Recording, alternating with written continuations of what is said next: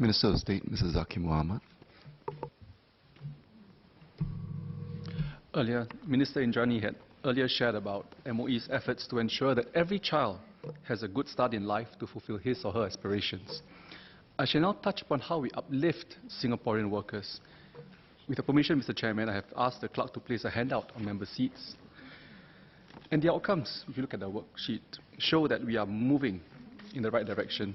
Between 2012 and 2017, lower income workers have had higher income growth than the median worker.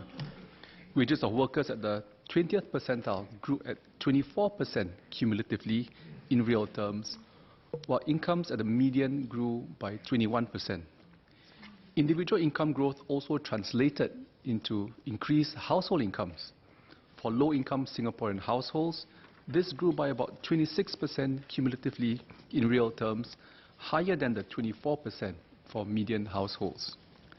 Significantly, the employment rate for residents remained high at about 80%, even as incomes grew. But these outcomes did not happen by chance.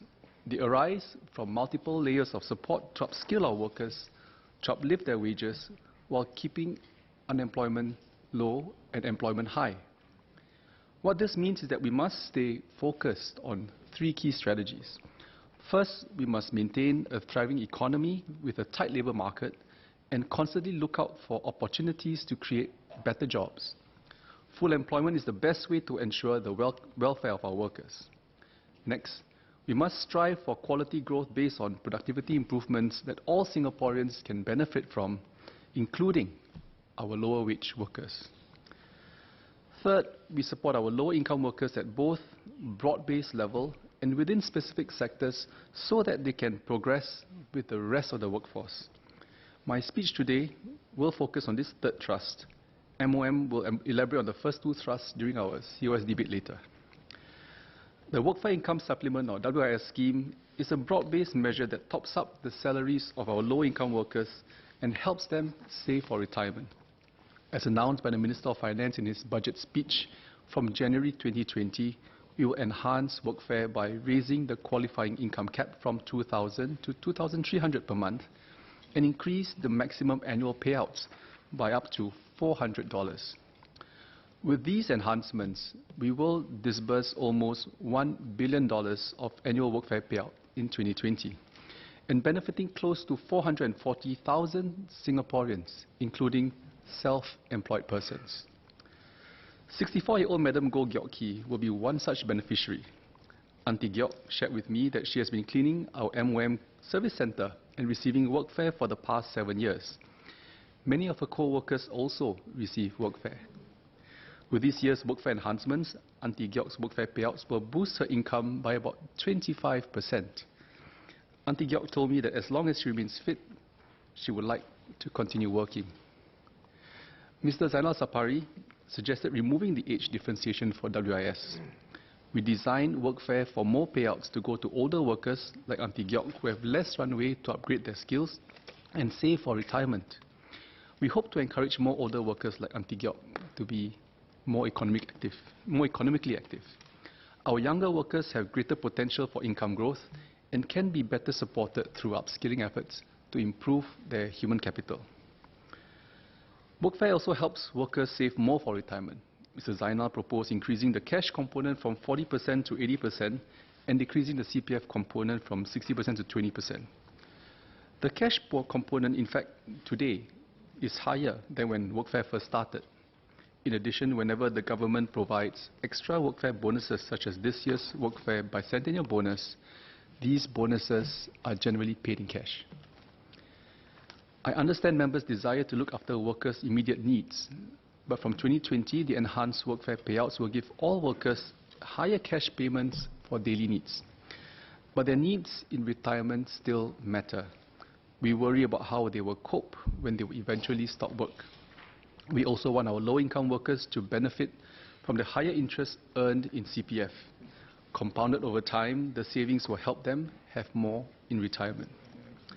We will also help workers who need financial assistance through ComCare and other schemes. We will continue to review workfare regularly to help target groups like Auntie Gyok and her co-workers. Most workfare recipients, including Auntie Gyok, also receive other government support to meet their living needs. Over 90% of our workfare recipients receive USAVE rebates and additional cash assistance under the GST voucher scheme. 4 in 10 receive medical and dental subsidies under CHAS. Those with children also receive childcare and student care subsidies if eligible. Nearly half receive 3 or more types of government transfers each year. And notably, 75% of our workfare recipients own their own homes. I think this is a very laudable statistic to remember. 49-year-old Mr. Guna Segaran, son of Selaya, is another good example. Mr. Guna works as a supervisor, managing 8 other cleaners. Mr. Guna has been receiving workfare monthly. GST vouchers and USAVE rebates help offset his daily household expenses. Mr. Guna owns a 3-room flat that he lives with his family. His 2 elder daughters receive MOE financial assistance. Each gets a waiver of standard miscellaneous fees, free textbooks and school attire, and public transport credit. His youngest son receives kindergarten financial assistance, also known as KIFAS, and Mr. Guna enjoys 99% of kindergarten fee assistance, paying only $1 monthly for kindergarten. Mr. Guna's retired mother also has a CHAS Orange Card and receives subsidy care at CHAS clinics. So, Mr. Chairman, our approach of providing multi-layered support is more responsive to the varied needs of our lower income individuals than any single minimum wage or living wage. The cost of wage supplement is fully borne by the government, with no cost being passed on to employers or consumers. Importantly, we achieve significantly faster real median income growth and ranked high on employment rates compared to other developed countries. So beyond transfers, we also support skills upgrading to help lower income workers achieve sustainable growth and progress along with the workforce. The Workfare Training Support Scheme encourages lower income workers to upskill to access better jobs with higher wages as the economy transforms. The tripartite partners have introduced the progressive wage model, or PWM, in the security, landscape and cleaning sectors as a targeted intervention to address the market failure of cheap sourcing and support sustainable wage increases. Since implementation, workers in these 3 sectors have seen positive real wage growth. Between 2012 and 2017, full-time resident security guards, landscape maintenance workers and cleaners benefited from larger real wage increases of 23%, 36%, and 44% respectively, compared to 21% for the median resident worker. Over 70,000 resident workers have benefited so far. Dr. Intan asked whether the PWM can be extended to more sectors. Ultimately, improving productivity is key to sustainable wage growth. PWM helps to mitigate effects of market failure from cheap sourcing. We will hence be extending the PWM to the lift maintenance sector that similarly experiences depressed wage due to outsourcing. We also encourage employers in other sectors to adopt the principles of progressive wages and skills and provide clear progression pathways for their workers.